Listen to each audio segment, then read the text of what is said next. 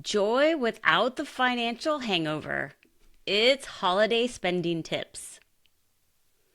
The holidays can be a special time full of connection with coworkers, friends, and family, but they can also be a season when money feels out of control between travel, gifts, parties, food, and just one more present moments.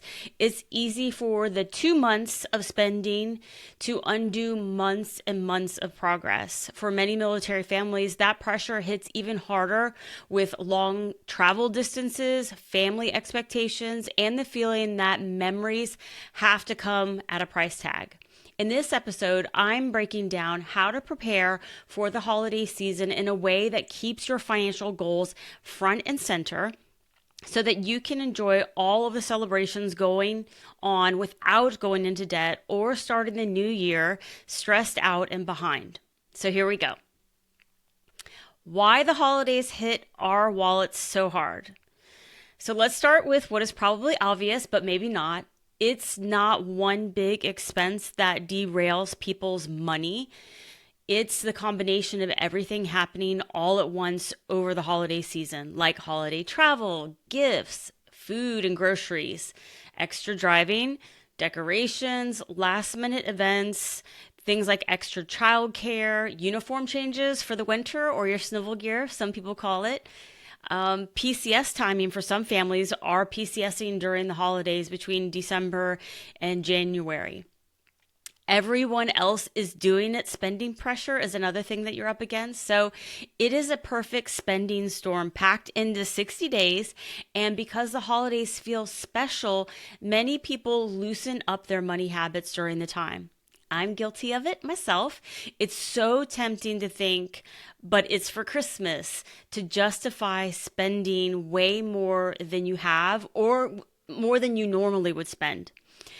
I'm especially guilty of spending way too much money on food because it's Christmas. In my defense, feeding my family an assortment of cookies, warm Chex Mix, big homemade holiday meals, that is my love language. But because it's the holidays, we stop tracking our spending.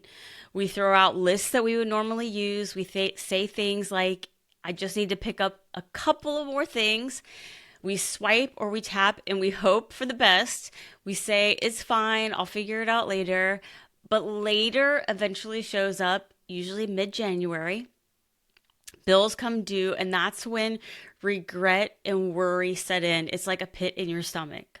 So my goal today is to help you avoid that moment completely because it is a sick feeling that I want no one that listens to this show to have. So first, step one is to know your holiday number. This is so important. If you only do one thing after listening to this episode, let it be this. Decide exactly how much you're willing to spend this holiday season. And not willing, I guess is probably not the word, is should spend based on your budget. It's not a guess, not a I'll try to keep it reasonable. It's a real number, not a figment of your imagination or something you're wishing for. Ask yourself, what do I want to spend on travel? What do I want to spend on gifts? What do I want to spend on food, parties, and hosting? Who am I buying for? What do I want to spend on for decorations? What do I want to spend on experiences during the holiday? Then you're going to take all of those numbers and total them up. That total becomes your holiday number. It's your financial mission for the next 2 months to stay within that number. So having this number creates boundaries in your spending, which is so important during this tempting time. It allows you to enjoy the holidays without feeling guilty, and it keeps you from waking up in January in a pure panic about your credit card bill or a low checking account balance. So the second step is to make a simple holiday spending plan. So once you have that number, you decide how you want to allocate it or divide it up. So you want to keep it simple. I can't stress that enough with money. It's just keep it simple. There's no need to complicate it. So gifts, make your list before you start shopping. Who are you shopping for? Set a dollar amount per person. Stick to it like your future depends on it because it really does. Then there's travel. Check for military discounts and travel deals. If you have a credit card points, you're using your credit card responsibly, you can use those points. You can book early when possible or within the 45-day window when it's cheaper. Also, pack snacks. Airports, gas stations are budget killers. As somebody that travels a lot, I try to reduce my spending. I do this myself by bringing a lot of food and snacks with me when I travel. I travel with a small cooler that usually has my meals for the day, or a lot of times if I can get as many possible in there, I will try to do that. So that I save a ton of money by bringing my food, so I'm not paying the premium prices. Airports are the worst. Gas stations, kind of fun to get something sweet or salty on road trips, but you are paying more for it than you probably would at a grocery store. Then there is food and hosting. Again, this is an area that I'm super guilty of. So things you could do like potluck it whenever you can, especially if you are on a tight budget. Other people will appreciate it too, and understand. Don't spend just to look good. People do not remember if your napkins matched. They remember how they felt at your house, hanging out, having a good time. That's more important. So don't spend money just to look good. Also, meal plans so that you don't purchase unnecessary items, not just throwing extras just to have. If you have a meal plan, then you're not going to be worrying about not having enough or having too much, which is worse. You don't want to waste food. So, and I would like to direct everybody to my whole show on Do You Know What Your Trash is Worth? I'll put a link in the show notes for everybody to not overspend on groceries that you're just going to end up throwing out. Also, buy grocery staples like chicken broth when they are on sale so that you have them during the holidays and you're not paying full price for them. I am big about buying it on sale. Also, buy in your budget. Yes, prime rib is awesome, but perfectly cooked turkey in your budget will taste way better than prime rib that you know you're going into debt on. So then there's decorations. Use what you have first. You don't have to go get new decorations every year. Buy at thrift stores. People throw out completely good, lightly used holiday decorations all the time. Check thrift stores and get them for very cheap, like new. Also, buy replacements or extras after the holidays when they are 50 or 75% off. This is my favorite time to shop. And I want to say, pretty much the only time I'll shop for decorations is after that holiday. I'm all about saving some money. Don't buy to keep up. You don't need a 10-foot Santa in your front yard to let people know it's Christmas. They know. They know. Save that money instead. Put it towards your Christmas presents that you're going to buy, the holiday parties that you're hosting. Use it for the things that you really need or want. A plan doesn't limit you. Please, really, this applies to budgeting too. It doesn't limit you. It frees you because there's nothing fun about buying a bunch of stuff that you can't afford during one of the most expensive times of the year. So sticking to a plan will help you. I'm going to have a link in the show notes to an article with great gift ideas that are thoughtful, fun, and don't cost you an arm and a leg. As a financial coach, I'm all about finding the best way to spend your money, and because you are going to buy presents, but you just got to do it smart. So I'll have a link in the show notes for that. All right, step 3 is to choose your holiday non-negotiables. This is where the heart and your love language will come in. So ask yourself, what really matters to me this year? And just as important, what doesn't? Maybe your non-negotiables are traveling home to see your family, buying kids present, maybe not adults, but your non-negotiable is kids are going to get presents. One big holiday meal is something that you have to have, a meaningful tradition that you do every year and you do not want to skip. Put that on your list of non-negotiables.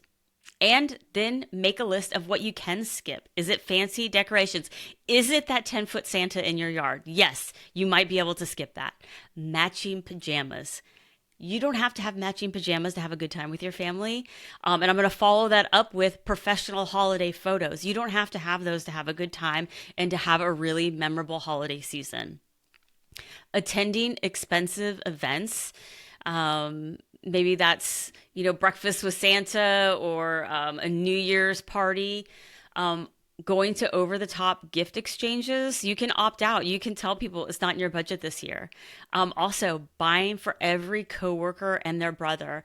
I know everybody wants to be kind and giving during the holiday season, but sometimes people just can't do that in the workplace. So just speak up, say it like, hey, I can't afford that this year. When you decide what matters most to you, you spend with intention instead of impulse.